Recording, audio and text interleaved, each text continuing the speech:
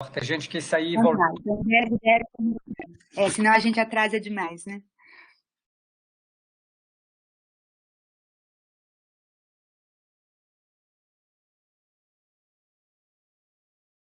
No momento, nós estamos exatamente com 74 pessoas logadas, portanto, a partir da próxima, nós já passamos a aceitar os próximos inscritos pelo streaming, que vai estar aberto, né, publicamente no endereço que já foi disponibilizado no início aqui do chat. Então, para aqueles que estão logados nesta sala e que, por um acaso, tenham colegas ou alguma pessoa que gostaria de acompanhar, basta mandar o link que está aqui no comecinho do chat que o Felipe enviou e acredito que o Tiago e o Felipe reencaminham para vocês, para podermos ter a máxima de participação possível. Então, eu gostaria de dar boas-vindas a todos. Meu nome é Maria Cristina Velar, eu sou professora aqui na Unifesp, Escola Paulista de Medicina, e uma das coordenadoras desse grupo, o SIG Farmaco. Junto comigo estão aqui também o professor Emiliano Barreto, da UFAL, a professora Roseli Godinho, da Unifesp, Escola Paulista de Medicina, o professor Paulo Guedini, da Universidade Federal de Goiás, e o próprio professor François Noel, que é da UFRJ, e nós 5 somos deste grupo de coordenação do SIG Farmaco. Então, para aqueles que estão entrando pela primeira vez, então, o nosso SIG Farmaco é um grupo de interesse especial em farmacologia e terapêutica, e ele está dentro, nós já temos atividades ao longo de quase 2 anos e meio agora, e nós utilizamos a oportunidade que é apoiada pelo Ministério, pelo MEC e pelo Ministério da Saúde, de usar uma estrutura de vídeo webconferência da Rede Universitária de Telemedicina, a Rede RUT, MCT, que é para apoiar, que apoia ações direcionadas a ensino, educação e colaboração, né, reduzindo, então, distâncias geográficas e integrando essas ações tanto nacionalmente como internacionalmente. Então, no próximo slide, François, por favor. Esse é o nosso mapa, então esse grupo, como eu falei, a gente já vem há um tempo se reunindo. Atualmente nós estamos integrando nossas ações, que são reuniões mensais. Nós integramos instituições no momento, 17 instituições no Brasil, que estão listadas, e vou dar o destaque na data de hoje, que a 17ª instituição é a USP, uma vez que todas as outras instituições listadas, nós nos reunimos mensalmente nas nossas salas de telemedicina, que estão disponíveis nas nossas instituições, mas, no entanto, devido à situação da pandemia que temos hoje, essas salas elas não estão disponíveis, né, para as reuniões presenciais. Então, nós temos aqui a nossa primeira reunião SIG Farmaco, que está sendo encaminhada totalmente no ambiente da web conference. Então, temos colegas da USP que estão integrando pela primeira vez nessa atividade.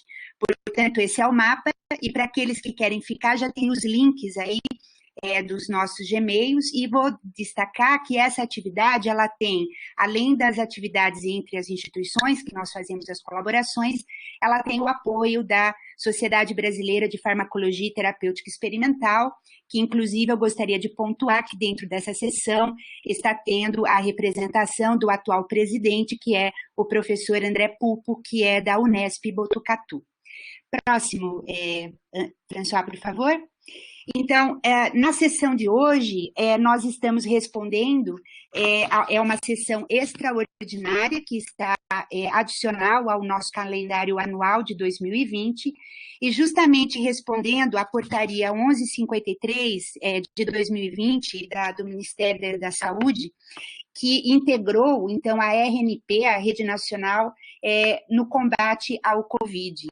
E justamente essa portaria, ela priorizou disponibilizar mais esse espaço da web conference, o streaming público, para apoiar que, neste momento, nós da academia, da parte clínica, a parte assistencial, a parte sanitária, todos os profissionais que tenham como tema o combate ao Covid-19 possam ter uma forma de rapidamente se reunir e fazer as discussões e encaminhar isso ao público e aos colegas, né? Então, dentro desse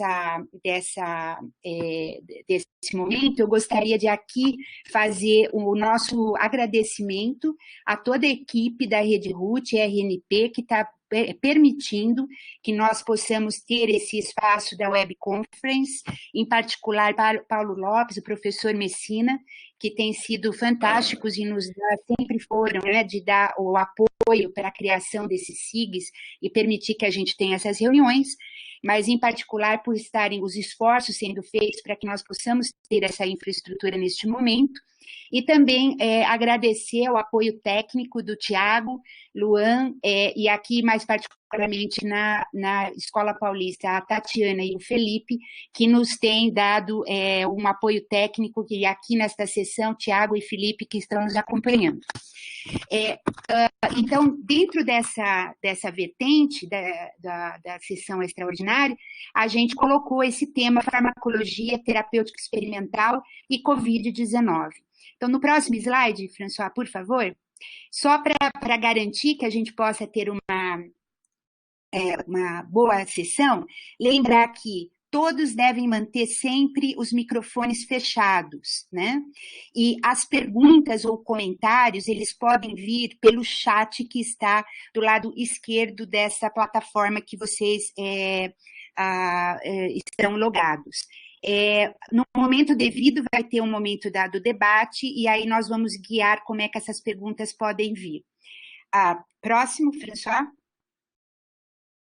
Como é que nós vamos estruturar, então, essa sessão? Os palestrantes, eles vão ter um tempo que nós estamos estimando de uns 40 minutos para apresentar a temática. Logo após, nós estamos estimando um tempo de 30 minutos para aí poder debater com a audiência, né, com os participantes. Ao final, nós vamos ter uma revisão da nossa agenda SIG Farmaco 2020, onde nós vamos relembrar quais são as nossas próximas sessões e, dependendo das discussões daqui, guiar para possíveis temáticas dentro de Covid que possam ser sugeridas para sessões adicionais a serem planejadas.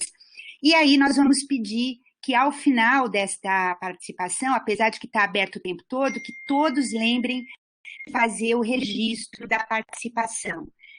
No próximo, François, esse registro é o seguinte: existe esse link que vocês estão vendo aí, www.rutrnpbr/presença, que vocês têm que logar com a senha 21254.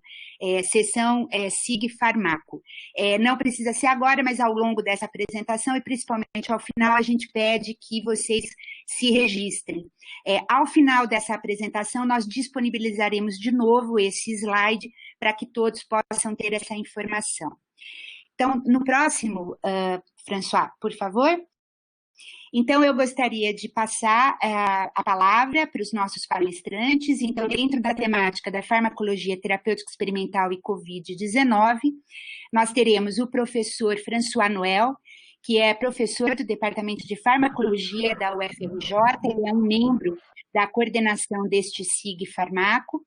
Ele vai iniciar a apresentação dessa temática, e seguido do professor Jaderson Lima, que foi professor do Departamento de Farmacologia também da UFRJ, diretor médico da Sanofi Aventis, e foi um dos membros fundadores da Aliança Pesquisa Clínica Brasil, do qual ele ainda é membro ativo e participativo. Então, eu passo a palavra aos dois, começando pelo professor François, já agradecendo aqui a disponibilidade e participação dos dois e me colocando aqui para depois, François, auxiliar na hora que a gente seguir para a sessão dos debates. Lembrando que esta sala está disponibilizada para nós, então os tempos que eu coloquei são tempos aproximados. E aí, acho que a parte mais importante é lembrar a todos de novo que o chat está aberto, então qualquer comentário ou pergunta que vocês já vão encaminhando, porque os colegas de apoio vão estar anotando para que a gente possa ter uma sessão de discussão mais focada e melhor direcionada. Obrigada, François, obrigada, Jaderson, por estarem aqui. Eu passo a palavra, François. Obrigada por apresentar os slides. Obrigado, Maria-Cristina. Antes de tudo, eu queria lembrar ao pessoal que aqui no canto direito inferior, vocês podem ampliar a tela para que ela ocupe toda a tela do seu computador e assim melhor assistir à apresentação. Bom, essa apresentação é dividida em duas partes. Primeiro, nós vamos discutir o papel, o possível uso da hidroxicloroquina no tratamento da Covid-19, um aspecto histórico e também o mecanismo de ação. No segundo ponto, nós discutiremos as alternativas farmacológicas disponíveis no Brasil e também apresentar alguns ensaios clínicos internacionais que estão em andamento. Então, primeiro ponto, hidroxicloroquina. Eu vou falar de uma revisão de 2007 que já propunha, na época, o uso da hidroxicloroquina para o combate de diferentes infecções do século XXI, entre as quais virose. Em segundo plano, nós vamos apresentar alguns dados que demonstram o efeito in vitro da hidroxicloroquina no tratamento, entre aspas, de células infectadas com SARS-CoV-2. Vamos apresentar a experiência clínica da China e da Coreia do Sul no tratamento do Covid-19, sempre focando cloroquina e hidroxicloroquina. Depois discutiremos um pouco o famoso trabalho do grupo de Marseille, da França, o primeiro estudo clínico publicado com dados, e depois também alguns comentários sobre outros ensaios clínicos, para essa primeira parte.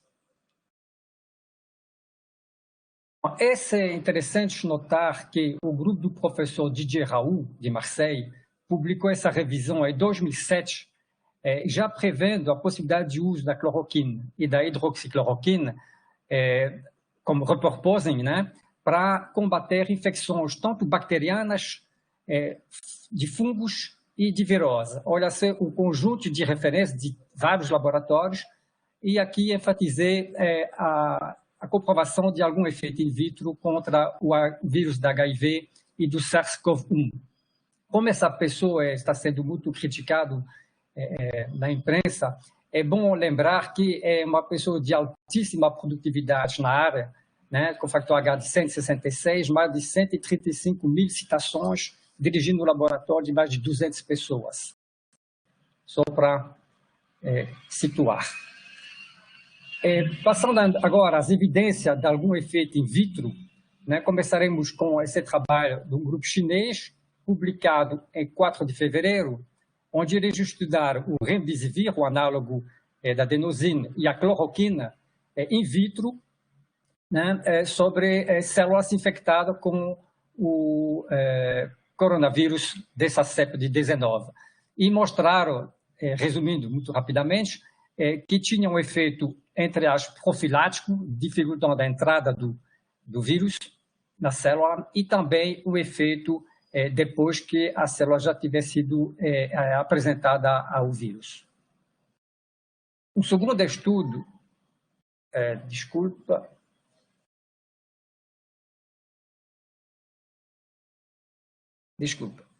o segundo estudo, também do grupo chinês, publicado em 9 de março, né, é, de uma certa forma, uma prova de conceito. Então, esses autores, utilizando também essas células vero, fizeram uma infecção durante 2 horas com o vírus, lavando, e depois trataram por 24 e 48 horas com hidroxicloroquina. E o endpoint era a medição do vírus por RT-PCR no sobrenadante. E vocês podem ver boas curvas log concentração e efeito, com a hidroxicloroquina tendo o IC50, então, de 1 micromolar, sendo mais potente do que a cloroquina.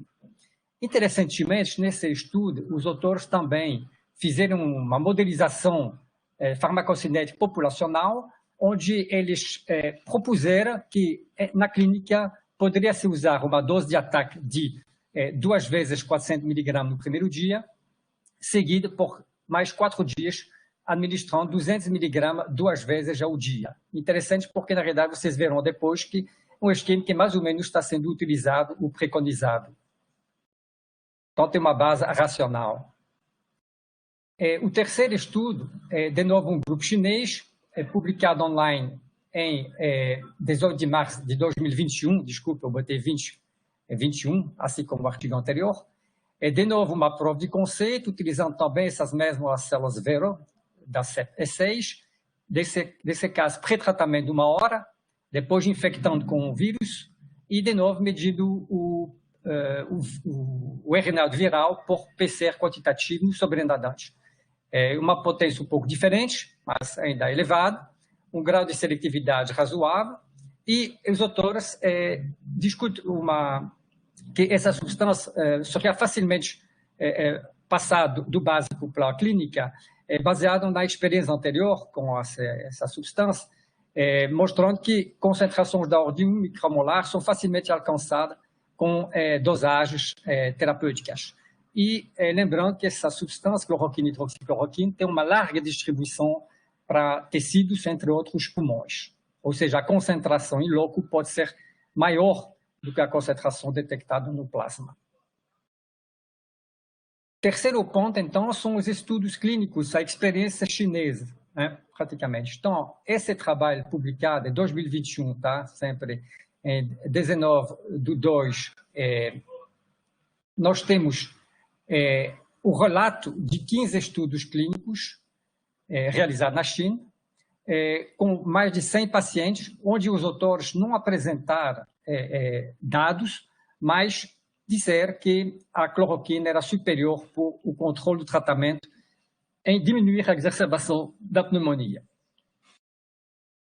Em função dos diferentes estudos clínicos que foram registrados com a cloroquina na China, um grupo de especialistas da Comissão Nacional de Saúde da China incluiu, em 19 de fevereiro, o uso da cloroquina como uma das ferramentas terapêuticas a ser usada para o tratamento da Covid-19. Então, isso está oficialmente nos guidelines, a versão 6 da China, aqui 500 miligramas 2 vezes por dia. Então, o chinês e a Coreia do Sul também, com hidroxicloroquina, nesse caso, tiveram experiência e, em função das experiências, adotaram diretrizes oficiais. Bom, e agora aquele famoso estudo do grupo do professor Raoult em Marseille, né? Esse primeiro estudo clínico publicado com detalhes metodológicos e de resultados, em 20 de março, né? Onde o título é hidroxicloroquina e azitromicina como tratamento da Covid-19, resultado de um ensaio clínico aberto, ou seja, não controlado, não randomizado. Então, eu vou começar pelas limitações, as críticas que apareceram muito rapidamente na imprensa, né, inclusive na França. Então, é um estudo aberto, não controlado, não randomizado, uma amostra muito pequena, oriundo de diferentes centros. Tem várias críticas em relação aos como foram feitos os controles, então as pessoas não tratadas, né? O fato de ter havido 6 dropouts, ou seja, 6 pessoas inclusas no ensaio que saíram por diferentes razões e, portanto, não foi utilizado o famoso número necessário para tratamento, que estatisticamente é importante em ensaios clínicos. Naquele momento, a ausência de endpoint de longo termo. No caso, qual era o desfecho analisado? Através de um swab nasofaríngeo, eles mediam a presença de vírus por PCR. Eu acho que esse estudo, apesar das críticas, tem sua importância, e aqui estou reproduzindo uma frase no final do artigo dos próprios autores. Tá? Apesar das limitações, no contexto atual, ou seja, dessa pandemia, nós acreditamos que nossos resultados deveriam ser compartilhados com a comunidade científica. Então, isso acho que o grande passo importante, porque certamente sem esse trabalho não teria havido tanta repercussão e interesse em estudos clínicos muito melhor desenhados. Esse é o resultado mais importante que foi comentado muitas vezes de forma errônea, né? Então, nós temos aqui o percentagem de pacientes que fora positivo naquele swab quanto à presença de vírus. Aqui a curva controle com 16 pacientes que tinha uma mistura de assintomáticos, de infecção do trato respiratório superior e inferior. Na curva em azul, nós temos as pessoas, 14 tratadas somente com hidroxicloroquina. E vocês podem ver que no sexto dia havia uma diminuição de em torno de 60% de positividade e, portanto, a priori, de capacidade de ser contagiosa. Interessantemente, tive 6 pacientes no grupo que apresentava já todos sintomáticos, foram também tratados, além da hidroxicloroquina, com azitromicina. E esses pacientes, depois de 5 dias, todos eles deixaram de ser soropositivo quanto à presença de vírus. E daí, várias más interpretações, dizendo que 100% de sucesso, etc, etc. Então, esses são os dados reais, né? Bom, agora, estou mostrando agora um segundo trabalho do mesmo grupo, que não está ainda publicado, está submetido, mas está disponível desde 27 de março na homepage do grupo do professor Raul, tá? Está sendo submetido e certamente vai ser aceito ainda mais no momento atual, que acreditamos que há uma certa pressa das revistas em colocar os dados na literatura. Então, aqui é um estudo observacional. Os desenhos, eles incorporaram 80 pacientes hospitalizados das dependências do centro de Marseille. A idade média era de 52 anos, uma grande variabilidade. Mais, então, de 60% tinha uma condição crônica aditiva, ou seja, uma situação de grupo de risco, e 54% tinha uma imagem de tomografia compatível com pneumonia. Então, mais da metade, ou a metade, tinha sinais de ter pneumonia quando entraram no estudo. Qual é o esquema terapêutico? Hidroxicloroquina, 3 vezes 200 mg durante 10 dias, que é um esquema que esse grupo já tem muita experiência em utilizar essa dosagem. Com azitromicina, 500 mg no primeiro dia e depois 250 mg por mais 4 dias.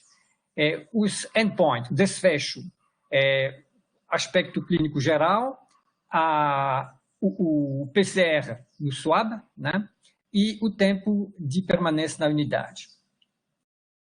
O resumo dos dados, 80% tiveram um desfecho muito favorável, somente 15% requerendo oxigênio, 4% tiveram que ir para a intensidade, né, o CTI, e 1% de morte. Em termos de contágio, né, da positividade do vírus no swab nasofaríngeo, enquanto na literatura a descrição de níveis elevados até 3 semanas, nesse caso, depois do 8º dia, praticamente não havia mais nenhum paciente com positividade, o que poderia talvez ser interpretado como, a partir desse momento, falta de contágio, né?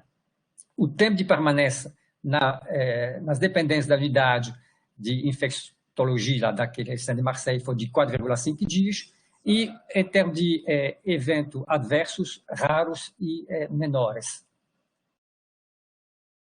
Bom, passando agora aos estudos, a experiência chinesa, né, que não devemos desperdiçar.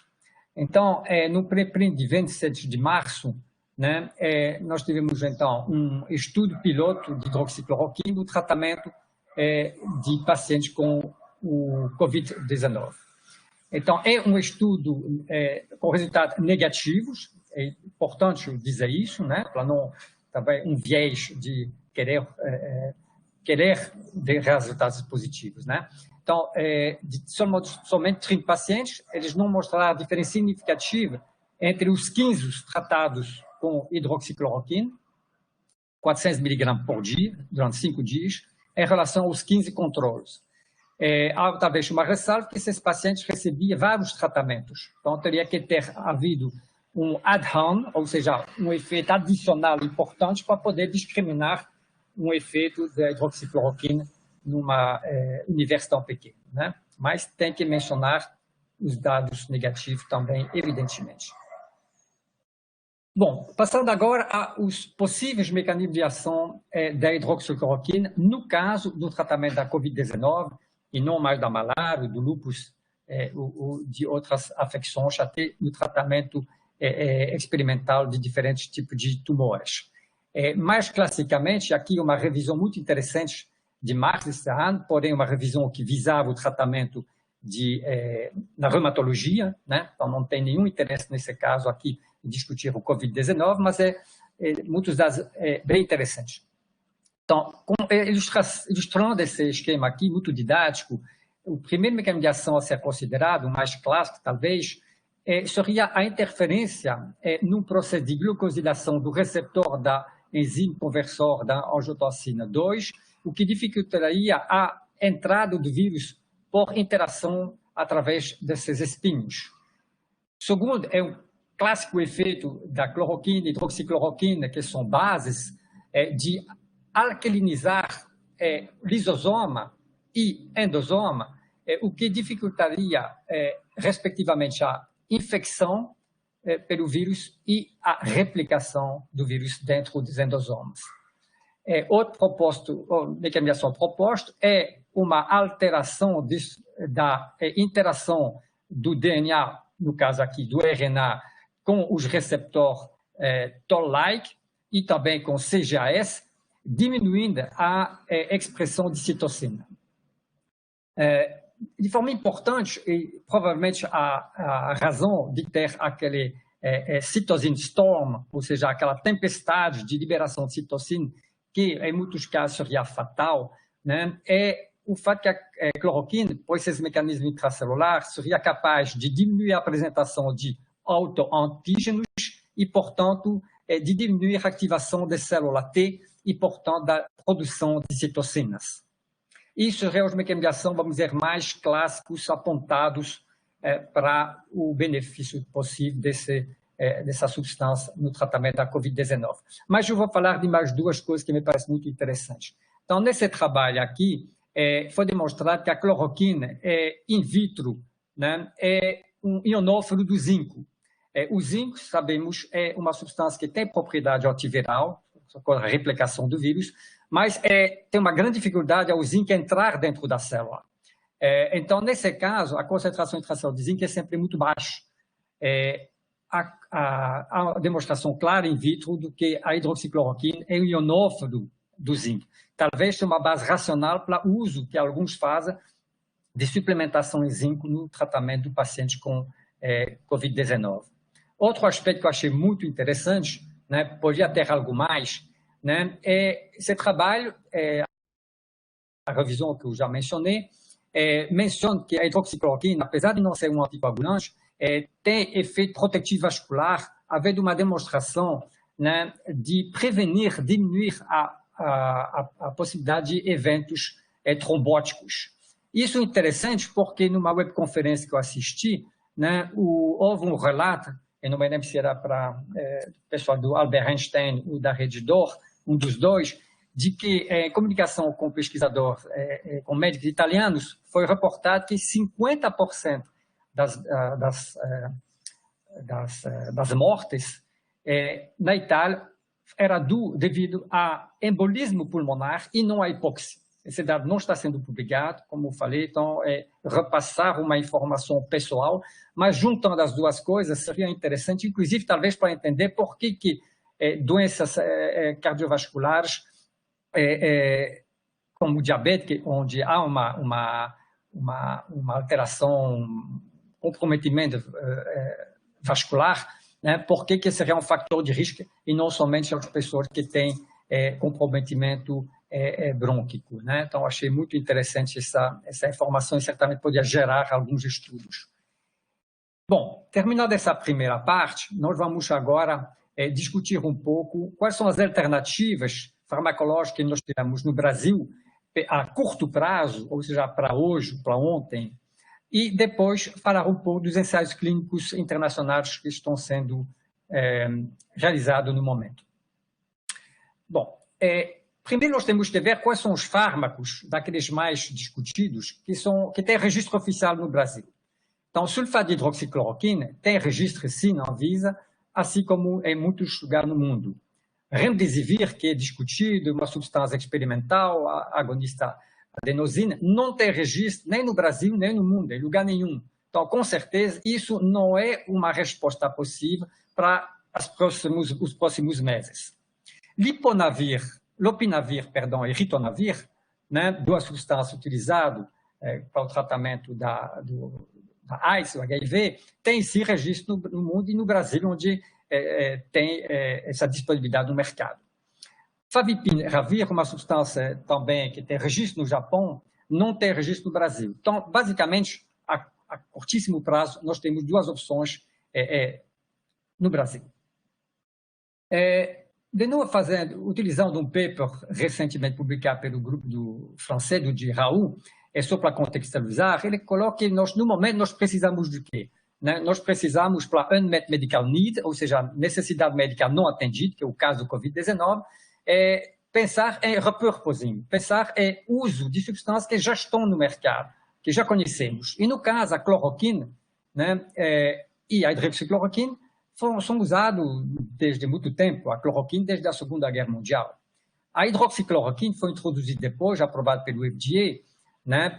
Da mesma, vocês podem ver que, na realidade, é somente a hidroxilação aqui que diferencia a cloroquina da hidroxicloroquina.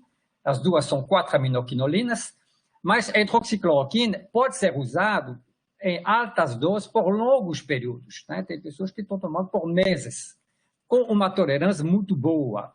Claro que nós temos que ter um certo cuidado com a prolongação do intervalo QT, portanto, possibilidade de arritmia cardíaca, sobretudo em pacientes cardíacos. Mas esse evento é relativamente raro. Preocupação, claro, com substâncias que podem inibir o citocromo P450 e, portanto, aumentar a concentração plasmática de hidroxicloroquina. Nesse trabalho interessante, um pouco antigo, mas estudando vários modelos animais, mostrou que a hidroxicloroquina, de fato, é 2 a 3 vezes menos tóxico do que a cloroquina. O que nos deixa parecer que a hidroxicloroquina seria uma opção melhor do que a cloroquina. Bom, outro aspecto importante é preço. Sabemos que o Brasil, né, tem limitações econômicas e eu fiz um pequeno cálculo para um tratamento padrão com sulfato de hidroxicloroquina, utilizando a tabela da Anvisa, o preço de fábrica, com certeza o governo conseguiria preços menores, comprando em grande quantidade, seria de R$ 14,60 para o tratamento de uma pessoa. O valor é 23 vezes maior para o comprimido de lopinavir combinado com ritonavir. Bom, quais são as fontes de hidroxicloroquina no Brasil? No segmento privado, nós temos a Aspen, a Sanofi Aventis e a EMS, que tem um genérico. No público, Pharmanguinhos é capaz de produzir não hidroxicloroquina, difosfato de cloroquina. Assim como o laboratório químico farmacêutico do Exército, ele só fabrica cloroquina. Eu acredito que seja também o difosfato. Não consegui apurar qual é o sal, mas eu tenho praticamente certeza que deve ser o difosfato também. Bom, houve uma enorme repercussão na mídia, né?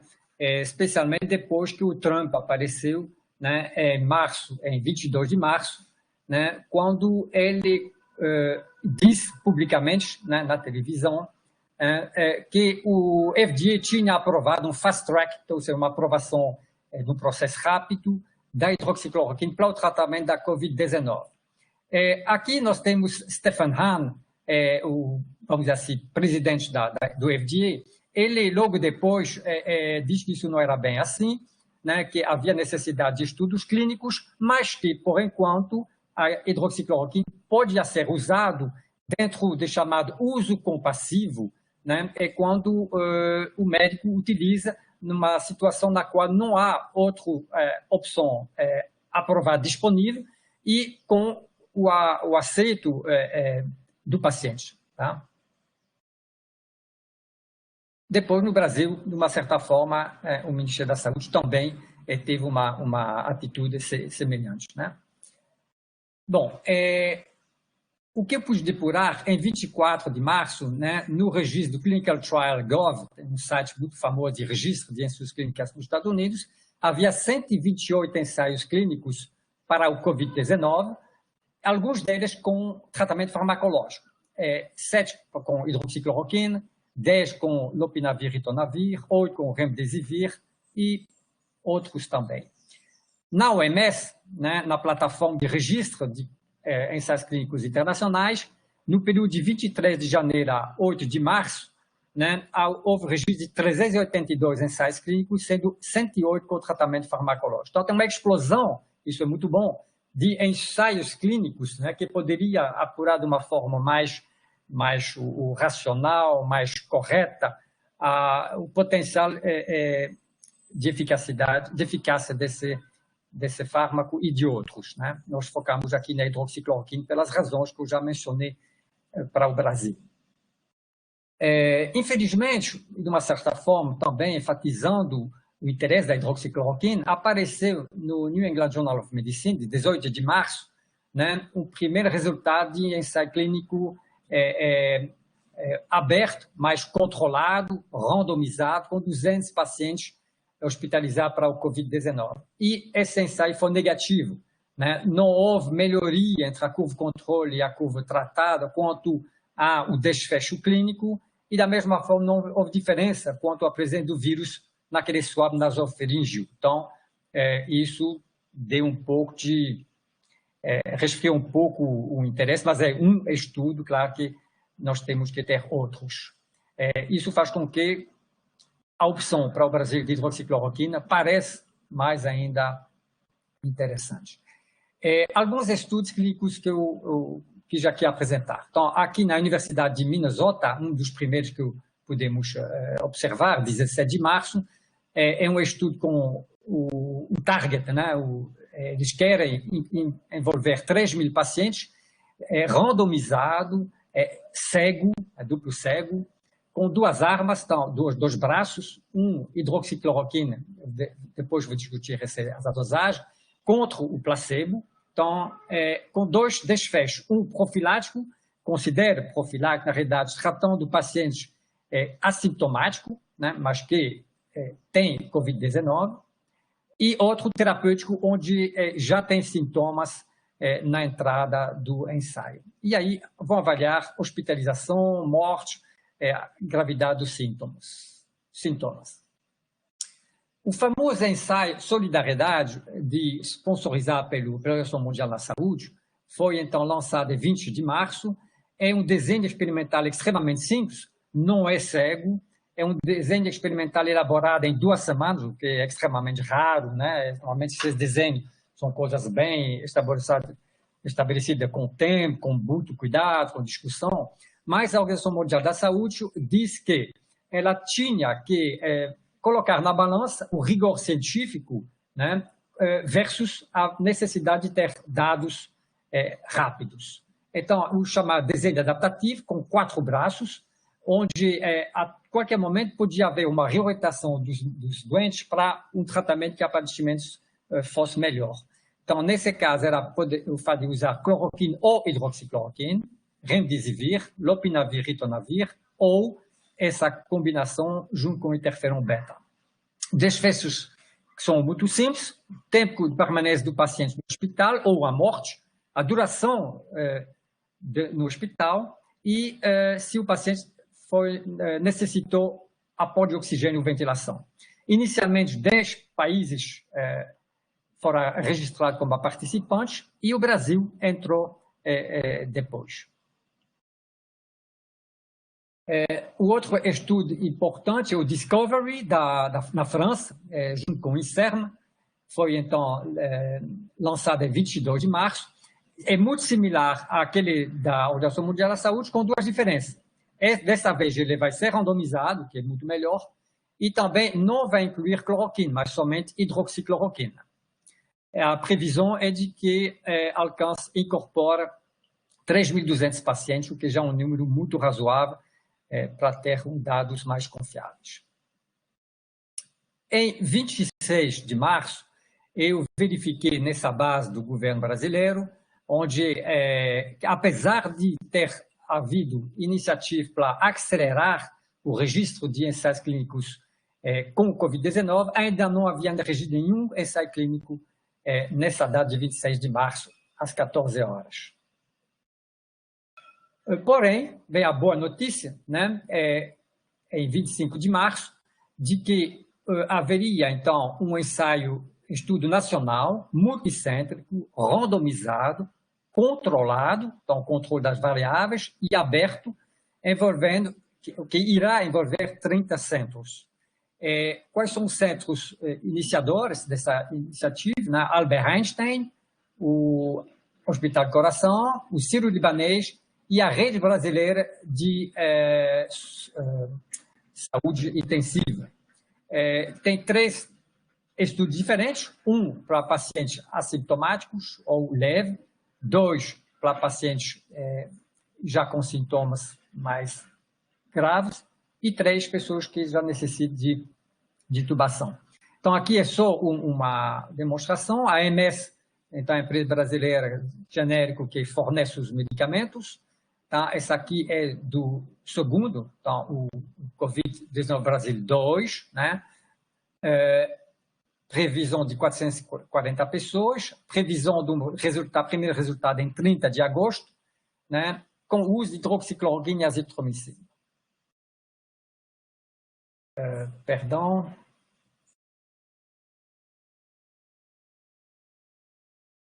Sim, perdão, me enrolei aqui.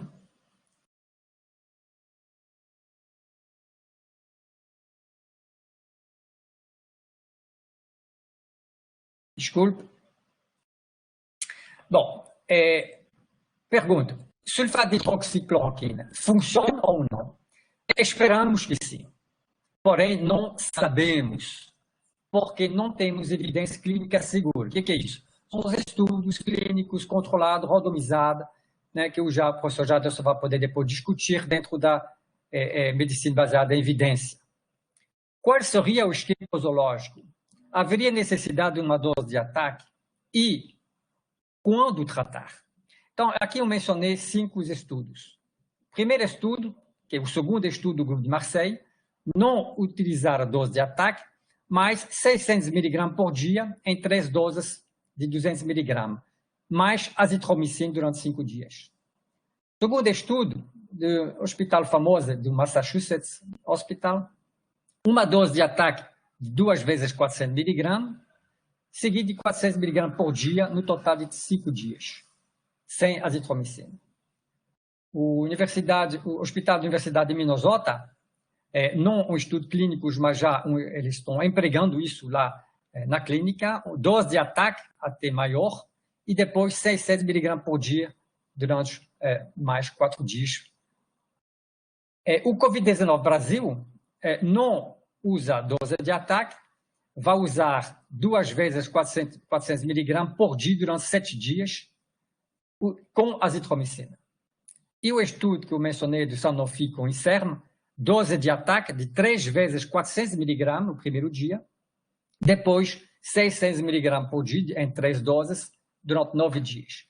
Essas doses podem parecer elevadas e gera preocupação com o efeito adverso, mas é bom ter em mente que doses elevadas são usadas já na terapêutica até por meses para o tratamento de lúpus ou artrite. Uma dose comum é 400 mg por dia durante semanas e meses, e não 5, 7, 9 dias. Em estudo experimental contra diferentes tipos de câncer, já se usa até 1.200 mg por dia. É uma forma de relativizar essas doses que, por alguns, podem parecer elevadas. Desculpe, mais uma vez, eu cliquei errado.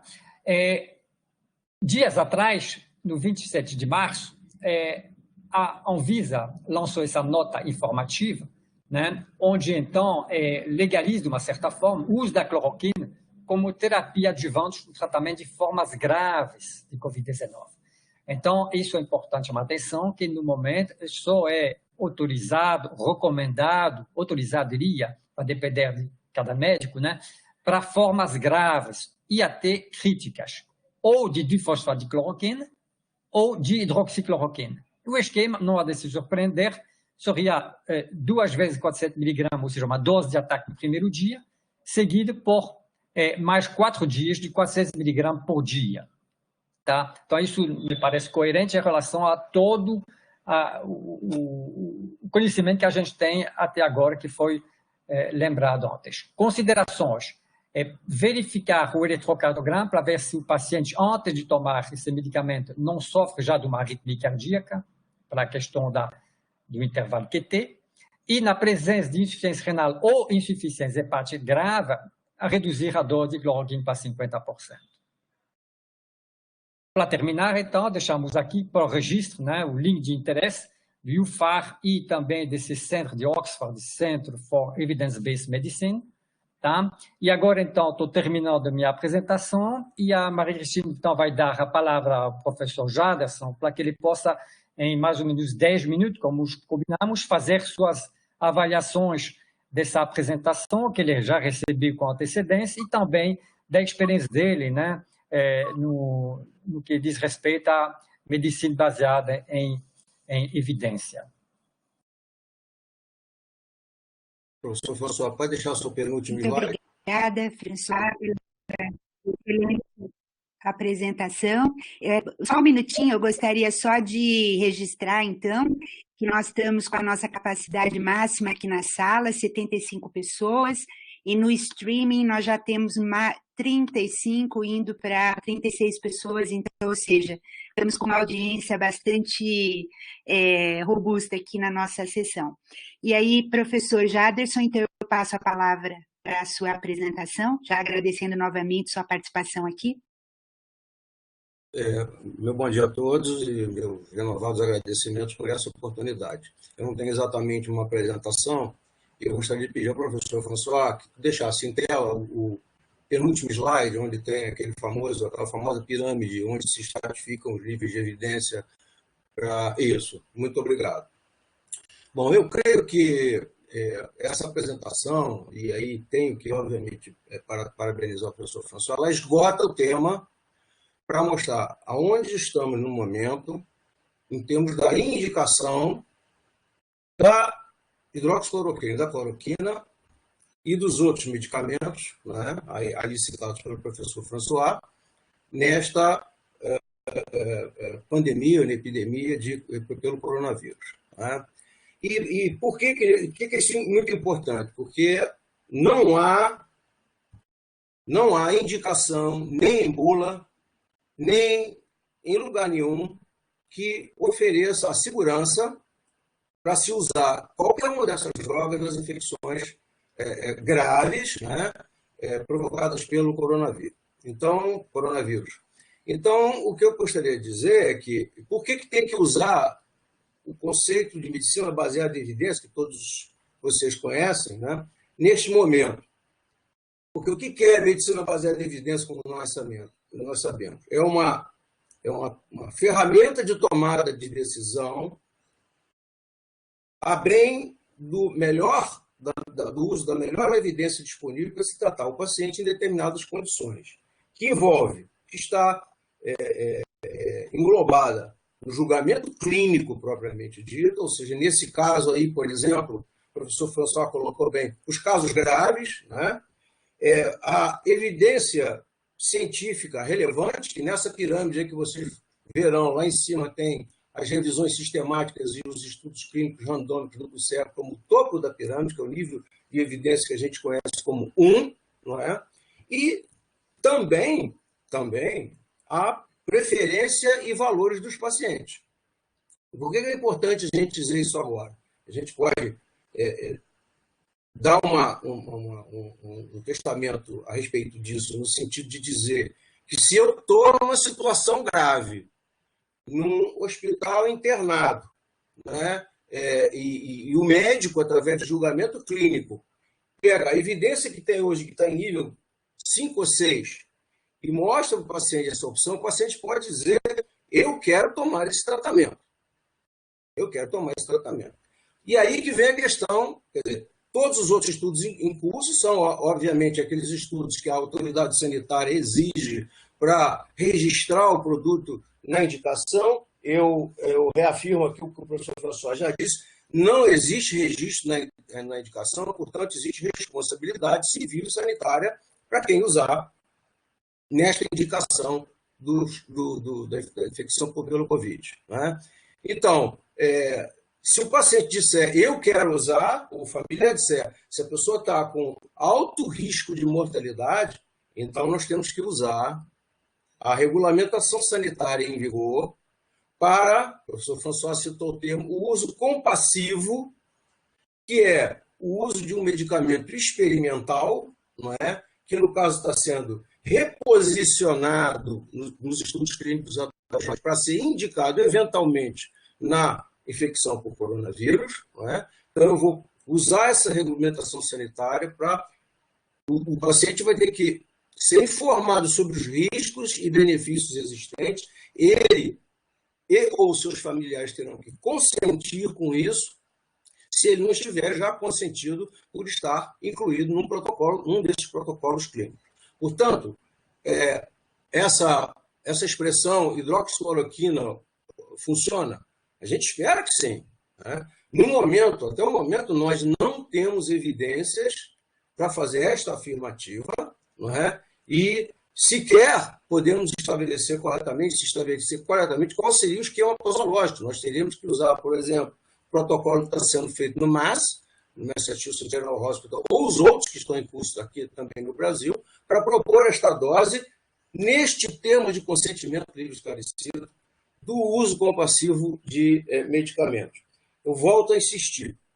A revisão que o professor Raul fez e outros fizeram, ela propõe o reposicionamento do medicamento nesta indicação específica de infecção grave pelo coronavírus. Portanto, nenhum deles indicou o medicamento, o estudo dele é um estudo observacional, com evidência fraca, uma evidência indireta, que é a positividade PCR para suave nasal, e eles sabem disso, todos sabemos disso, porque a gente não pode... A gente entende o desespero das pessoas, mas até para o desespero tem uma solução, que é o uso compassivo do medicamento, com base nas evidências disponíveis, com base nos protocolos em curso, para que sejam informados os riscos e benefícios, que o esquema posológico que será utilizado será com base nos estudos autorizados pelos comitês de ética e pelas autoridades sanitárias, e que isso, então, permite que se faça a tomada de decisão através do julgamento clínico, usando a evidência disponível para atender à necessidade do paciente. Então, essa é a questão que eu gostaria de destacar sobre medicina baseada em evidência, que tem que ser usada, não só nessa, mas em todas as condições. Volto a insistir que o nível de evidência mais ruim, mais fraco que tem, é a opinião. Muitas pessoas estão dando opinião, né? Não que não seja uma evidência, a opinião de um especialista é uma opinião, mas é um nível de evidência baixo, né? Pequeno. Então, e por isso que a ciência caminhou, inclusive as autoridades sanitárias, exigindo que se façam essas revisões sistemáticas, esses estudos clínicos controlados, para que se possa, então, com segurança, estabelecer relação, risco, benefício do medicamento naquela indicação. A gente sabe todo que todos os medicamentos têm risco, e isso é a nossa responsabilidade, a responsabilidade do médico, a responsabilidade das autoridades sanitárias e dos pesquisadores, né, ao usar esse critério. Eu vou abrir, obviamente, para as perguntas, que eu acho que há muitas, e mais uma vez agradeço aí ao François, inclusive, por ter me enviado os slides antes, o que me fez ficar bastante confortável, né, para fazer o meu comentário. Muito obrigada, professor Jaderson. Eu acho que, para jogar para o debate, eu acho que esse é o ponto mais importante, né, dessa sessão. Nós estamos vivendo um boom de publicações, né, uma grande maioria, inclusive, de publicações que estão sendo liberadas online, sem peer review ainda. Eu acho que vou resgatar uma frase que o professor François falou durante a apresentação. Há um momento em que a sociedade científica, nós da comunidade, né, os pesquisadores, os clínicos, é importante, sim, compartilhar informação e dividir informação. O problema é que isso está acontecendo agora, junto no momento em que as informações vão sendo publicadas, então, justamente esta sessão é uma sessão para fazer essa reflexão. Então, agradecendo ao trabalho do professor François, de ter feito essa compilação, né? Vários dos trabalhos aí, acredito já muito dessa audiência aqui já viu, mas acho que é trazer à baila agora as discussões e colocar. Então, o que nós podemos, como pesquisadores, educadores, né, levar para cada um depois fazer a sua reflexão própria, porque, com certeza, enquanto estamos falando, mais coisas estão sendo publicadas nesse momento, né? Então, vamos abrir ao debate. Eu acho que eu passo a palavra, então, para Paulo e Rose. Como é que vocês querem começar? Existe alguma pergunta mais prioritária para iniciar, ou vocês preferem que eu comece por aqui? Nós fizemos uma lista de questões, porque são muitas questões que estão vindo. Então, nós estamos fazendo por ordem de chegada, mas você está vendo? Se você quiser entrar com alguma questão prioritária, fica aberto para você. Eu acho que, ligando com o que o professor colocou, por último, eu vou começar aqui por uma que veio aqui da questão do Tiago, que veio pelo streaming. Ele coloca o seguinte, né? A questão da hidroxicloroquina, combinado ou não com outros medicamentos, no final das contas, pode ser uma grande aposta na solução contra o coronavírus? Eu acho que a grande parte do que se colocou agora no final é essa, qual seria a sinalização? Quer dizer, estamos no caminho de uma solução? Jadson, eu vou começar e depois você sempre temporiza com uma forma um pouco mais cautelosa, né? Que é a característica. Eu pessoalmente, vejo algumas questões. Eu sou optimista, mas é um viés, como diz já, é uma opinião baseada no que foi lido. Uma preocupação que eu tenho é que muitos estudos vão ser feitos em cima de pacientes já relativamente graves. Por isso, eu parabenizo o Covid-19 da iniciativa brasileira, onde vão tratar pessoas assintomáticas. Por quê? Se os mecanismos de ação propostos são verdadeiros, né, quando houver a liberação de citocina, eu acho que já é tarde demais, não vai ter efeito. Então, tem que evitar, e parece que esse desencadeamento, em 24 horas, a pessoa piora muito rapidamente e vai para uma pneumonia devastadora, que seria em resposta a essa liberação intensa de citocina. Então, eu acredito que é importante termos atenção aos estudos que fazem uso nos pacientes assintomáticos, porque podemos nos beneficiar de evitar ou minimizar essa liberação de citocinas, também evitar, eventualmente, essa embolia pulmonar, nós vimos que seria também um dos mecanismos, e diminuir a replicação e, portanto, a carga viral.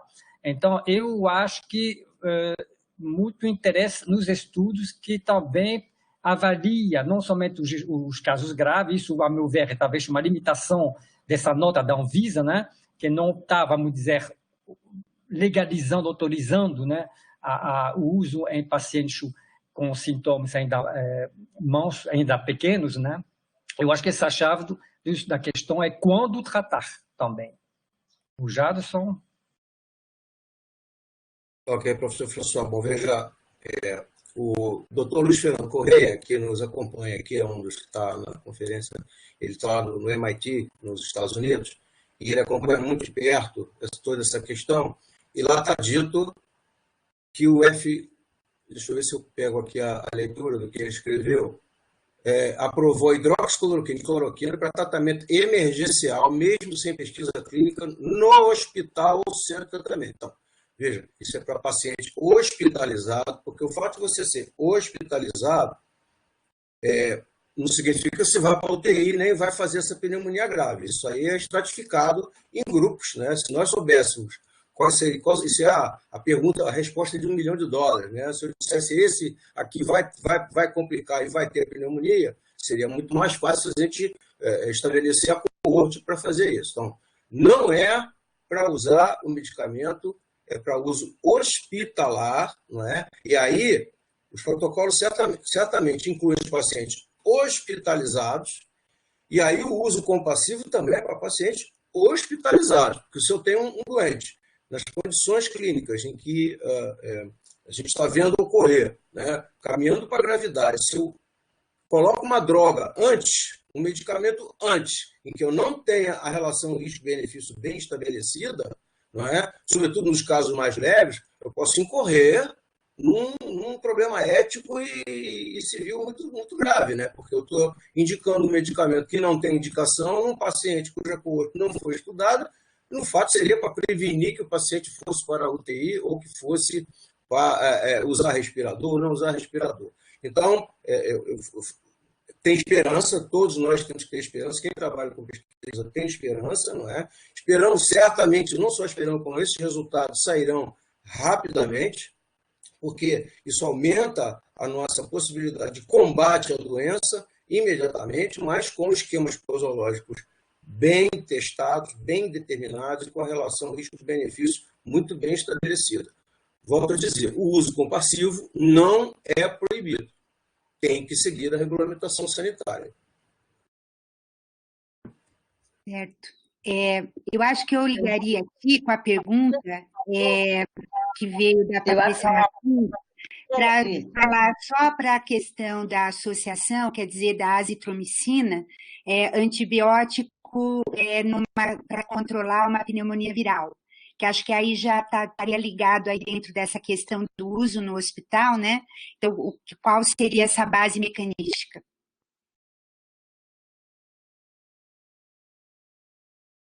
Bom, pelo que eu li, aparentemente seria para evitar uma infecção bacteriana secundária.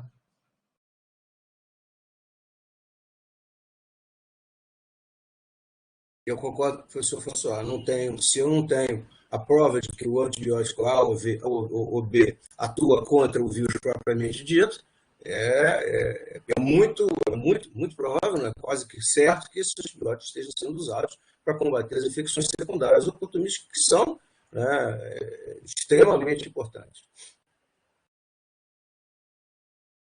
Depois nós podemos disponibilizar uns links que tem algumas videoconferências do próprio SIG de alguns hospitais que estão disponibilizando encontros científicos e que em alguns desses vídeos eles explicam, né, os médicos diretamente envolvidos em tratamento, essas associações a gente pode disponibilizar. Rose e Paulo, vocês querem direcionar a pergunta agora? Tem uma pergunta aqui, a gente está selecionando porque tem muitas perguntas vindo, mas tem uma pergunta que é feita pelo Rafael Santana.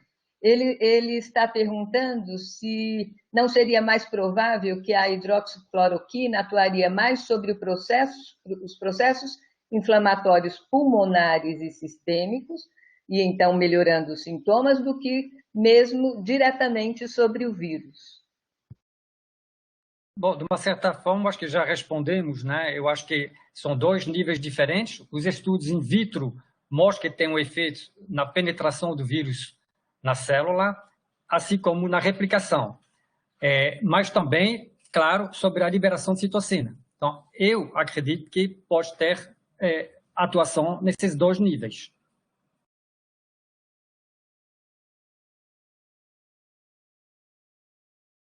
Eu concordo com o professor.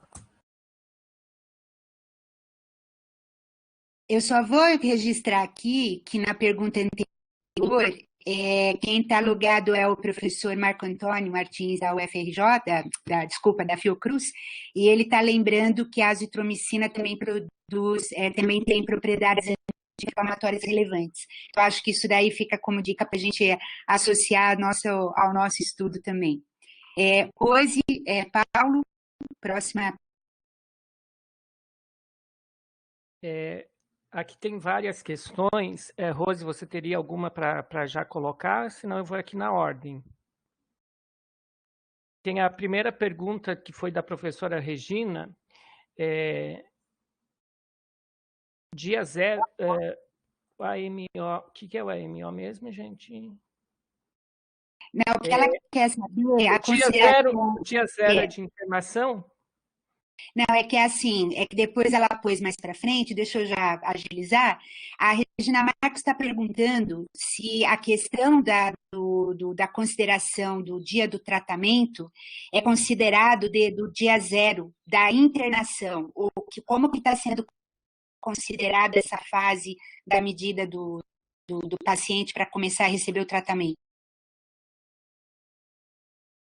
Bom, aí, pelo que eu vi, nem tudo está aberto para ter os detalhamentos, mas isso varia de protocolo a protocolo. Tem alguns, se não me engano, o Covid-19, ele considera que tem que ser, no máximo, 48 horas depois da internação. E aí, o tempo zero que é difícil a determinar. O que é tempo zero? É o tempo no qual foi detectado por PCR a presença do vírus, mas é claro que a gente não sabe se é o verdadeiro zero, né? Mas, então, cada protocolo, isso vamos ter uma grande variedade de protocolos. Então, depois, a questão vai ser de olhar o conjunto de estudos, de avaliar quais são as diferenças para tentar responder à pergunta se funciona ou não. Na realidade, são várias perguntas e vai ter várias respostas, né? E é evidente que a questão do protocolo é fundamental. A meu ver, justamente a questão de quando que começa o tratamento é um ponto-chave, né? E esse COVID-1, 2 e 3 brasileiro, né? Ele justamente avalia 3 níveis diferentes de gravidade do paciente a partir do momento do qual se começa o tratamento. Então, esse tipo de estudo que pode dar informação muito relevante para responder essa questão. Tem uma questão aqui em relação ao uso preventivo da cloroquina. Da cloroquina ou hidroxicloroquina, no caso que foi falado mais, né? Vem de Fortaleza, Ceará. Então, a pergunta seria também voltada, né, vamos dizer, do uso preventivo desses medicamentos, principalmente em relação aos profissionais de saúde. Eu acho que é uma opinião que querem de você. Bom, eu acredito que automedicação, claro, não pode existir. Dentro do hospital, aí haveria critério para saber quando começa, a partir de qual sintoma você começa a administrar ou não. Para o pessoal da saúde, claro que poderia eventualmente ter um esquema particular e, como sou pessoal da saúde, dentro do hospital, haveria todas as possibilidades de ter o controle. Então, todo mundo já faria antes o exame de eletrocardiograma, todos eles fariam uma prova de função renal e hepática, pelo menos para ver se não tem esses problemas. E aí, eventualmente, poderia fazer isso. Mas, então, a evidência é muito fraca ainda, muito mais fraca ainda. Nós temos evidência in vitro de células infectadas que foram pré-tratadas e, nesse caso, realmente, o vírus diminui a penetração do vírus dentro da célula. Mas isso é muito longe de uma evidência clínica, né? Já... Nada a acrescentar o que você disse. Não tem indicação sequer para tratamento, quanto mais para prevenção. E eu reitero a colocação feita pelo professor da Fiocruz quanto a hipóteses outras que até são testadas no estudo do RU e outros, com relação à eventual propriedade da azitromicina como um medicamento antiviral também, além das propriedades antibacterianas conhecidas. Novamente, a outra questão relacionada aí, feita pelo professor Rui Prediger. Ele pergunta se a pressão popular e governamental por um tratamento pode comprometer o desenho e a avaliação científica adequada desses trabalhos. Ô, Jaderson. Olha, eu coloquei os círculos que envolvem a tomada de decisão, medicina baseada em evidência, né? Então, o paciente, os valores do paciente, do ambiente, também são vetores que importam na tomada de decisão, não é? Em benefício dos pacientes, não para fins políticos, seria o fim da picada, né? Em benefício do paciente e, com certeza, esse tipo de pressão faz com que se possa ter mais uso compassivo. Agora, eu não acredito que se vá falsificar dado de protocolo para agradar A ou B. Isso seria inominável, na minha opinião.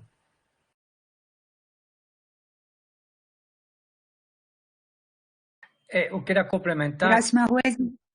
que na realidade, podem ver que tem muitos estudos de diferentes países, de diferentes grupos. Então, nós teríamos uma grande diversidade, certamente, de estudos que são idealizados, sem essa pressão, grupos que são independentes do poder, que seja lá dos Estados Unidos ou aqui no Brasil.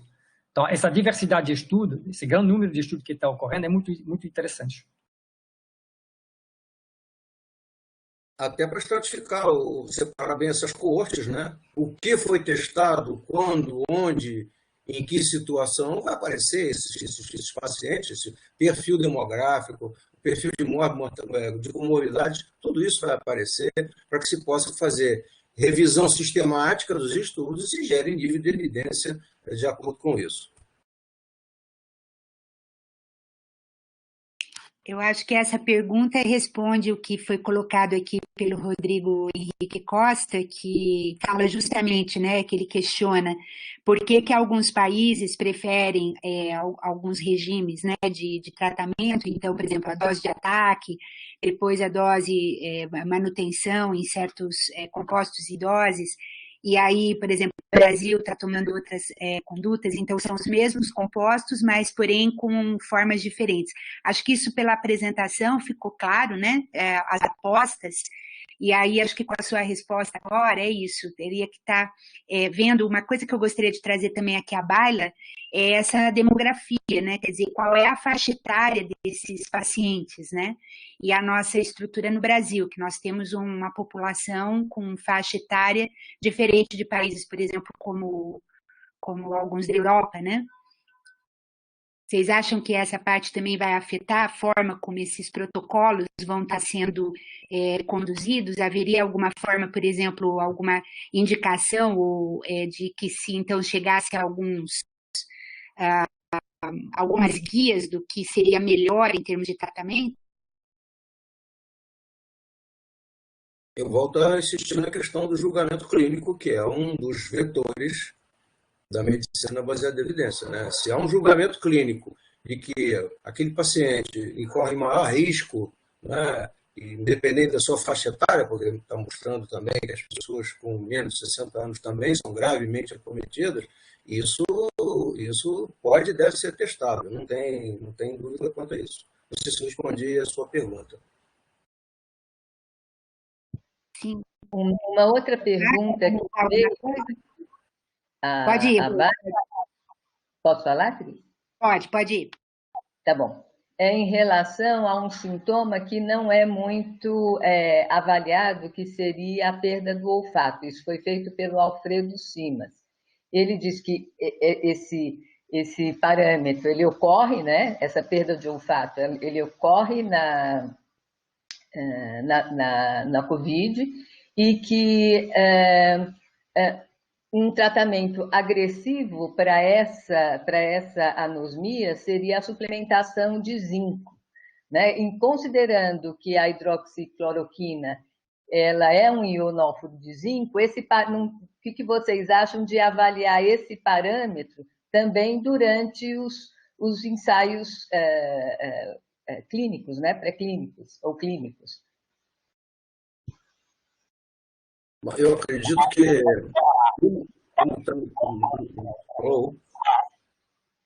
Pronto? Estão me ouvindo? Sim, pode falar. Como existe um grande número de pessoas, de pacientes incluídos nos estudos clínicos, e um outro maior agora, provavelmente, estará incluído no uso compassivo, nós vamos ter dados suficientes, né, para também avaliar essa questão da alteração de olfato que os pacientes têm. Eu já vi alguns artigos, né, relato de caso, tipo assim, que começou com diarreia, né, outro com náusea sem diarreia, náusea e vômito sem diarreia. Então, todos esses extratos, não é? Populacionais, né? Todo esse perfil, né, clínico vai aparecer, né, claramente no compilado de dados desses estudos clínicos e do uso compassivo, para que se possa fazer uma revisão sistemática adotada. E alguns deles, certamente, o zinco deve estar sendo utilizado, eu não saberia precisar qual exatamente. Já tem médicos usando uma suplementação em zinco, né, em função do racional que eu mencionei. A questão é, para as pessoas idosas, os veganos, vegetarianos, podem ter níveis de zinco abaixo do normal, porque a principal fonte de zinco é na carne bovina, carne porcina, etc. Mas, além dessa questão de repente, a pessoa necessitar de um suplemento em zinco, né, tem alguns que defendem que justamente que uma administração de uma quantidade maior de zinco para seu papel antiviral, né? Nos estudos, evidentemente que cada vez que você quer adicionar alguma coisa, você está abrindo braços e necessitando de um número cada vez maior de pacientes para ter possibilidade de fazer estatística depois, né? Então, como o professor já falou, quanto maior o número de pacientes no estudo e maior número de estudos, você pode avaliar diferentes coisas, né? A Itália fala de vitamina D, então não podemos começar a usar um monte de coisas que a gente não vai ter conclusão nenhuma, né? Então, seria interessante, em determinados protocolos, fazer com ou sem adição de zinco. Eu vou adicionar aqui uma pergunta que veio da sala de streaming.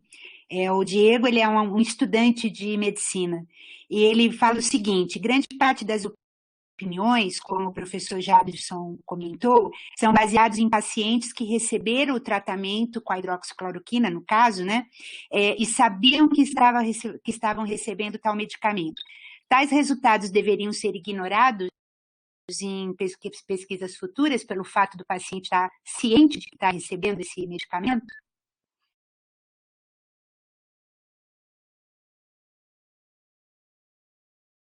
Eu acho que é uma questão que talvez o comentário valeria dentro de uma conduta de pesquisa científica, né? Vocês gostariam de comentar? Pode falar, François. Sim, eu pensei que o Gerson ia entrar, depois ele fala, então. É claro que se você pode ter um efeito placebo importante, eu acho que a direção da pergunta é nesse sentido, né? Eu não diria que tem que ignorar, a gente não pode ignorar o que está feito, mas é claro que vai diminuir a importância desses dados quando a gente tiver esses ensaios clínicos controlados, randomizados, com 3.000 pacientes, aí você não vai dar muita atenção a esses estudos de 30 pacientes não controlados, não randomizados. Mas eles tiveram seu interesse em colocar em questão a possibilidade de um efeito, né? Mas depois, é claro que nós vamos nos concentrar nos estudos realizados conforme a medicina baseada em evidência demanda. E a gente nunca pode colocar de lado a possibilidade do efeito placebo, enfim, ou de um viés de seleção de pacientes, quem vai tomar, quem não vai tomar. Então, acho que a pergunta do aluno de medicina era provavelmente nesse sentido. Mas Jadson é melhor para responder esse tipo de questão. Obrigado, professor François. Bom, tem a questão que qualquer protocolo tem que ser, na sua previsão, um comitê de segurança cego que fica vendo os resultados, não sabendo quem está em qual grupo de tratamento. Então, se eu tenho um grupo controle, mesmo que não tenha placebo, né, comparativamente ao outro grupo tratado num desses esquemas terapêuticos, esses resultados estão sendo observados. E qualquer estudo dessa natureza ou em outros, ele tem que ter a previsão de ser interrompido por futilidade. Porque se a relação risco-benefício for negativa, você interrompe o estudo porque o medicamento teste está fazendo mais mal do que bem ao paciente, né?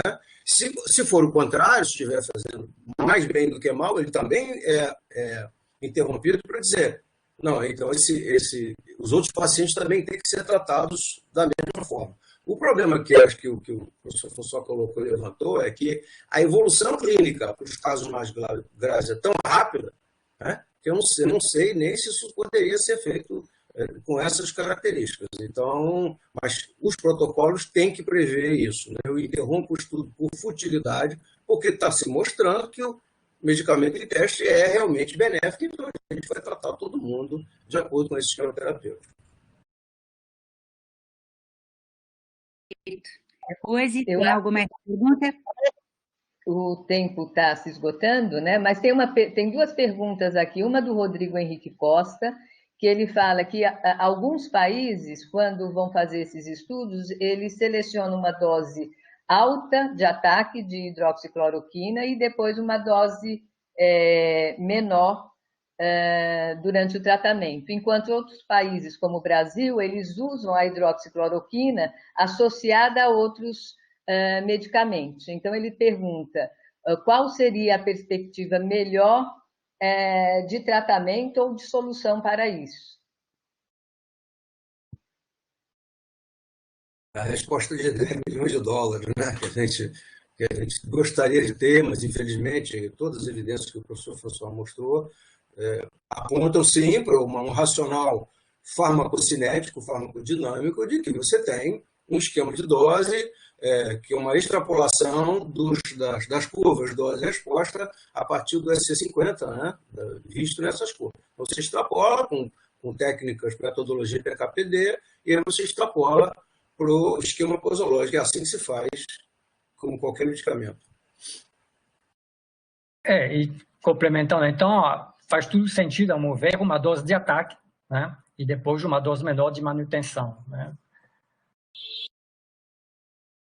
Só lembrando que a gente pode estender essa sessão em até mais alguns minutos, porque a sala só está para nós, né? Então, podemos continuar nas rodadas de perguntas.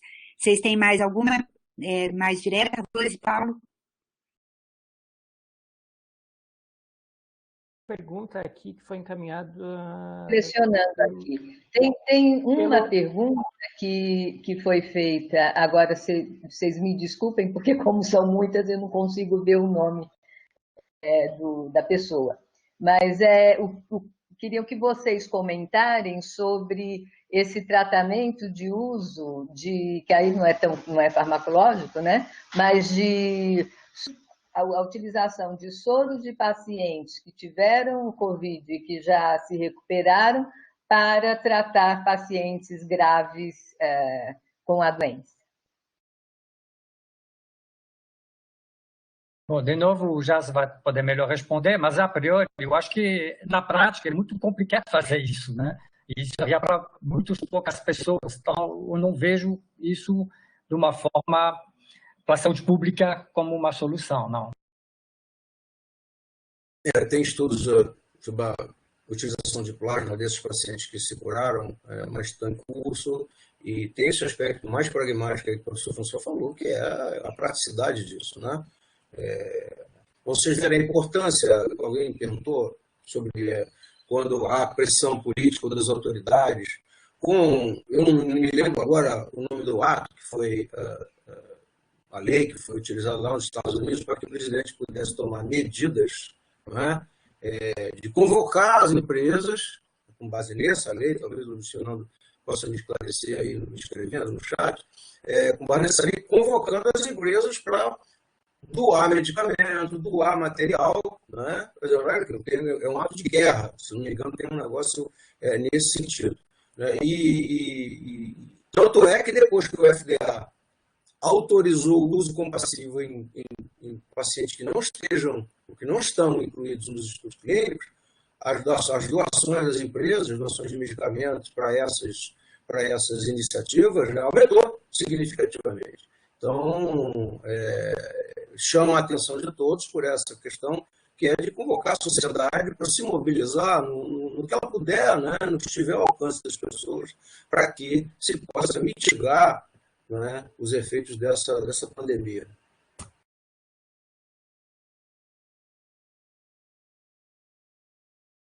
Próxima, Rose. Paulo? Tá. Tem uma pergunta do Marco Lapa. Ele coloca que estudo publicado no dia 6 de março sugere o uso de cefarantina, selamectina e mefloquina para o tratamento da Covid. Aí ele pergunta, temos esses medicamentos disponíveis no Brasil e alguma opinião específica sobre esses medicamentos? Bom, a mefloquina, eu acho que o que apareceu na mídia é que a Rússia estaria anunciando que desenvolveu um medicamento ativo, que é a mefloquina. A mefloquina é um antimalárico, né? Mas é uma quinolina também, mas não é 4-aminoquinolina. Não tem, pelo que eu saiba, nenhuma evidência baseada em que eles apontam a mefloquina. As outras substâncias terá que ver escrito, não sei exatamente quais são. Seria legal se depois essa pessoa pudesse passar a referência. Mas aquelas que nós listamos são aquelas que já têm evidências maiores, né? E que são, eu acho que não é o momento de partir agora para uma coisa nova. É tentar usar moléculas que podem ser usadas como repurposing, né?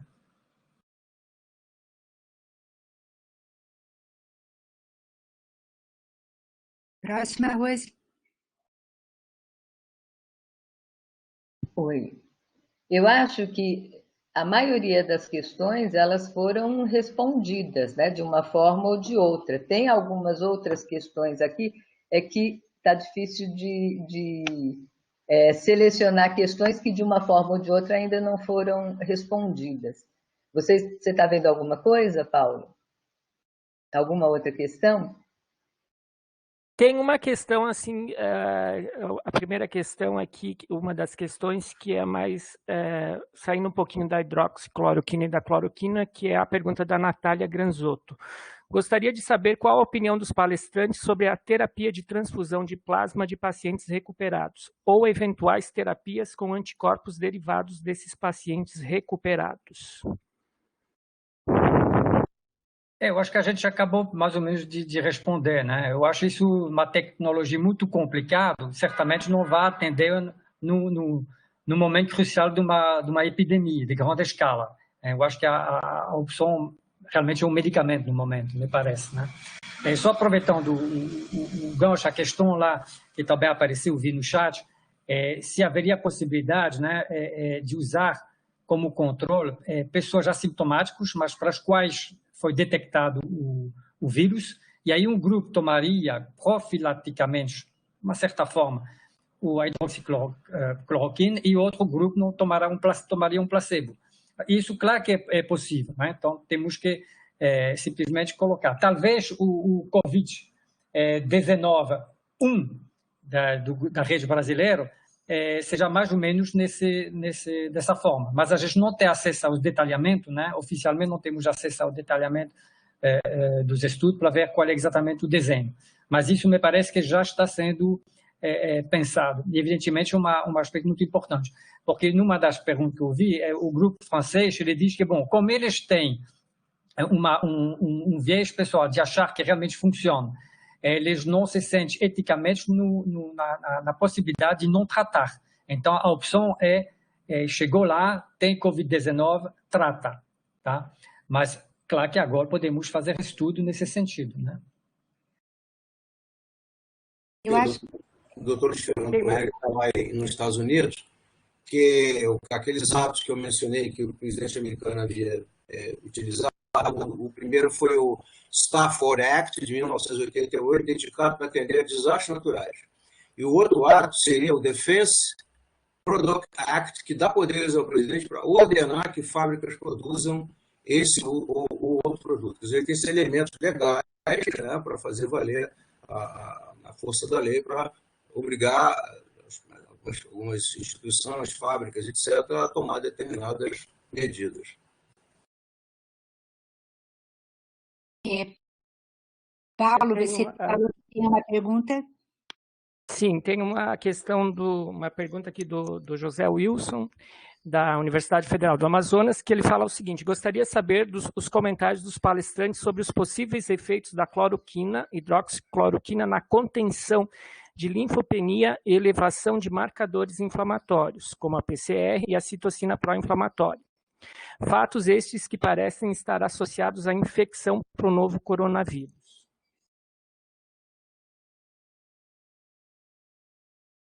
Eu acho que eu justaria isso com um comentário que foi mandado aqui pelo Rafael Santana, e que ele coloca justamente, né, a questão, pensando mecanisticamente, estou agora indo um pouquinho mais a fundo na célula, baseado no envolvimento dos Toll-like receptors, né, e sabendo que o tratamento de lúpus, artrite, envolve questões inflamatórias, então, essa questão da atuação da hidroxicloroquina, por exemplo, sobre o vírus tal, não estaria mais sendo, o alvo não estaria sendo mais as próprias reações inflamatórias.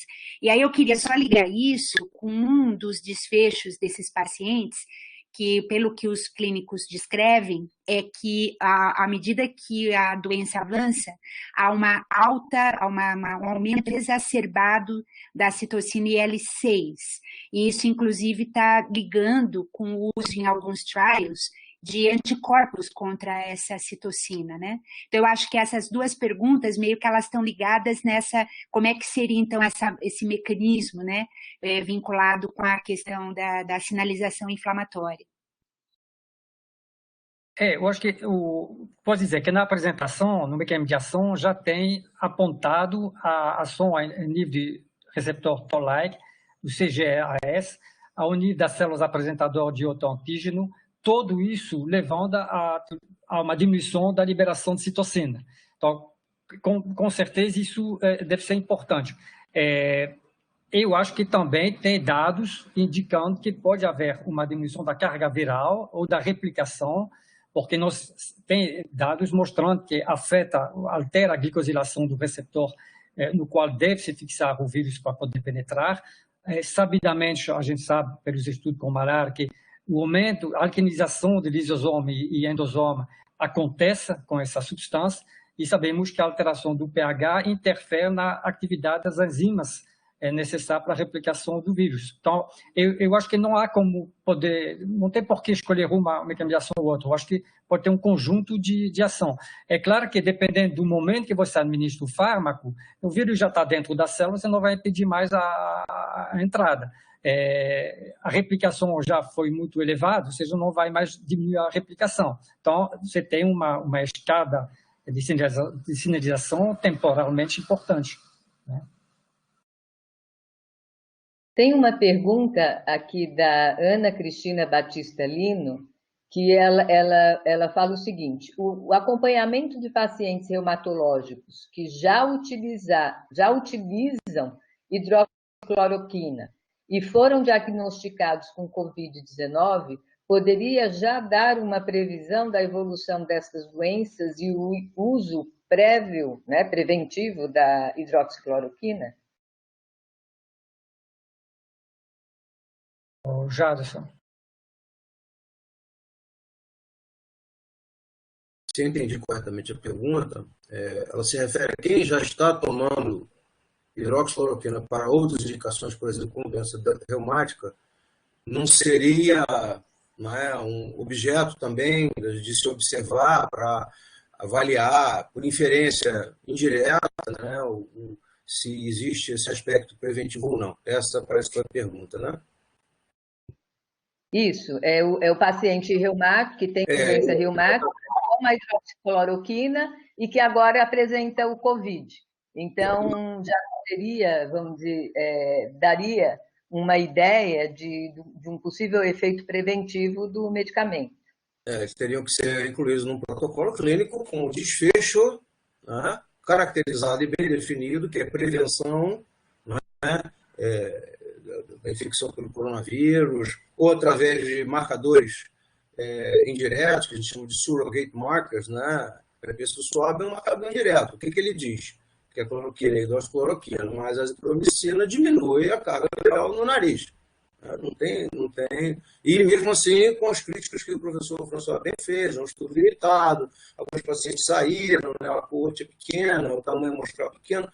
Então, acho que, nesse momento, toda e qualquer contribuição para a melhor compreensão da doença e compreensão dos aspectos mecanísticos, né, que isso possa ter, quem tem a primeiro a ganhar a condição dos pacientes, somos nós todos, e segundo, certamente, a ciência e o restante das pessoas.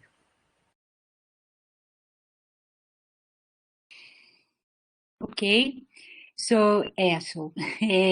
Rose, podemos então já ir fechando? Tem mais alguma coisa relevante ou a gente pode parar? Eu acho que eu posso ter perdido alguma pergunta aqui, eu peço desculpa a quem enviou, mas todas essas perguntas estão registradas e poderão ser acessadas pelos palestrantes, né? Então, eu acho que já pode ir encerrando, Cris. Ok. Eu gostaria de agradecer ao Luiz Fernando Correia, que entrou aqui, né, no nosso grupo, e pela contribuição que eu vi que ele fez aqui uma outra posicionamento. Como ele é comentarista de saúde, acho que essa é uma importante participação, porque esse grupo é para ser um grupo realmente multidisciplinar, né, e com vozes aqui para que a gente possa ver os problemas de diferentes, ou as questões, né, de diferentes pontos de vista. Então, já agradecendo a participação, eu gostaria de pontuar também que aqui o professor André Pupo, eu não sei se ele está conseguindo estar online ainda, acredito que sim, mas ele teve uma questão com o acesso, ele está pelo celular, e ele pediu para que eu agradecesse, em nome da Sociedade Brasileira de Farmacologia Terapêutica Experimental, a esse espaço e a apresentação do professor François e do professor Jaderson. Então, eu acredito que, se os dois concordarem, a gente tem aqui como depois gravar todas os envios de chats que nós tivemos e talvez fazer uma lista, né, François? Acho que a gente poderia fazer isso, fazer uma lista de todos os questionamentos, porque até isso guia dúvidas e a gente pode incluir os links. Eu tinha preparado até uma página aqui com vários links de lugares bem legais, assim, com vídeos e informações que nesse momento que todo mundo está querendo rever a parte farmacológica e entender os trials clínicos, além dos slides do professor François, acreditamos que esses links possam ser importantes para que todos levem para suas próprias instituições e possam fomentar as suas próprias reuniões, né, e discussões da área. Os slides, François, nós podemos disponibilizar, né, porque está aqui na apresentação.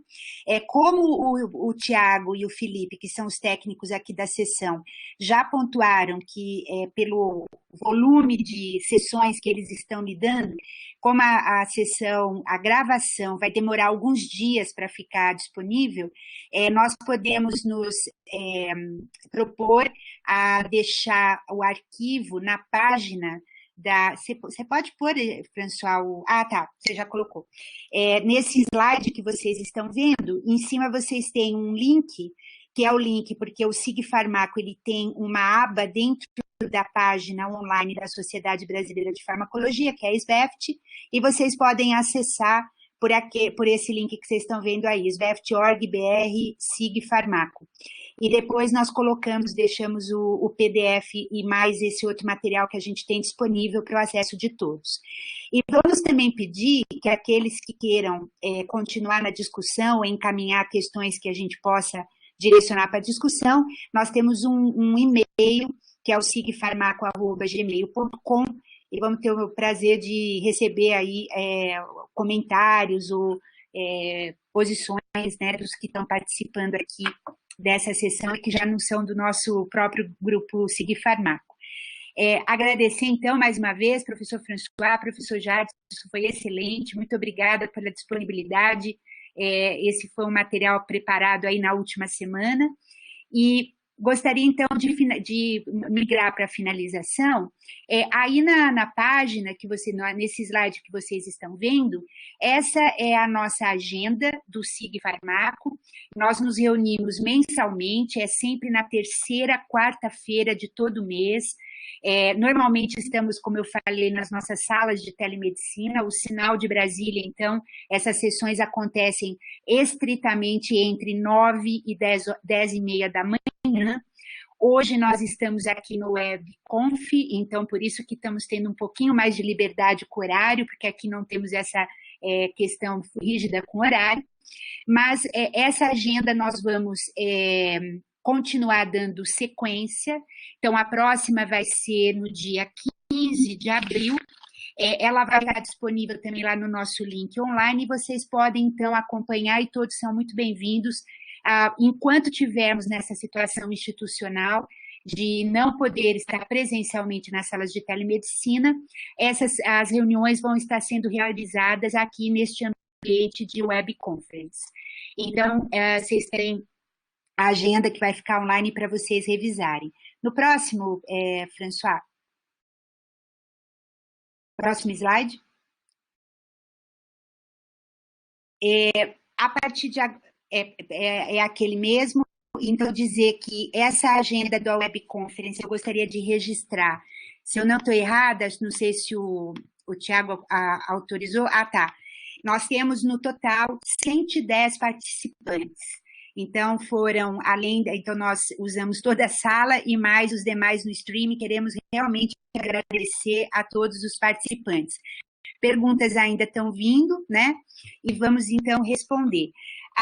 Uma coisa que a gente gostaria de colocar, cada um dos colegas que estão aqui, principalmente os coordenadores que estão institucionais em cada local aqui já do Grupo SIG, eu acho que essa sala de webconf, ela tá disponível para o nosso grupo, então nós podemos receber por e-mail, podemos ir conversando, porque caso algum colega tenha alguma temática ou alguma questão que ache que vale a pena a gente formalizar aqui uma reunião por esta ferramenta, nós podemos fazer. A única coisa que nós precisamos, se é uma reunião mais aberta, como essa, que temos uma audiência maior, nós precisamos colocar dentro de uma agenda porque dentro dessa plataforma nós não podemos ultrapassar o número de dados que eles têm, né, o tráfego, vamos dizer assim, dentro da plataforma Root. Mas, então, estaremos recebendo, por favor, mandem por e-mail se tem sugestões. Acho que com as temáticas que nós discutimos hoje, várias delas têm várias perspectivas aqui para serem discutidas do ponto de vista da farmacologia. Então, estamos abertos a receber propostas e a agendar mais reuniões extraordinárias, se for esse o caso ou a intenção dos participantes. Então, estaremos discutindo isso. Para finalizar, lembrando, vocês estão vendo aí o slide, né? Lembrando que é uma tarefa extremamente importante até para registro e a devolutiva do grupo para o comitê organizador da Rede Root, da RNP, que a gente oficialize a nossa presença nesta plataforma online. Então, vocês têm que entrar aí no rootrnp.br, presença, e escolher o SIG Farmacologia Terapêutica, e aí vocês vão ter que colocar o e-mail de vocês e a senha. Então, a gente pede para que vocês façam esse registro de presença. Emiliano, você quer fechar? Emiliano, você quer fechar com algum comentário? Não, comentário, parabenizar a professor François, professor Jade, sua participação, a excelente apresentação, transmitir aqui os contatos que eu tenho recebido pela atividade, agradecer o acesso de todos que participaram online ou pelo stream. Eu acho que só isso. Não esqueça de registrar a presença, isso é muito importante. Eu acho que só isso, já foi tudo dito. Ok, então. Então, muito obrigada. Agradecer Tiago, Felipe, que estão aí no background, fazendo o possível que essa sessão acontecesse, da equipe técnica. Agradecer Paulo, Rose, e agradecer mais uma vez Jaderson. Muito obrigada, e acho que a gente encerra.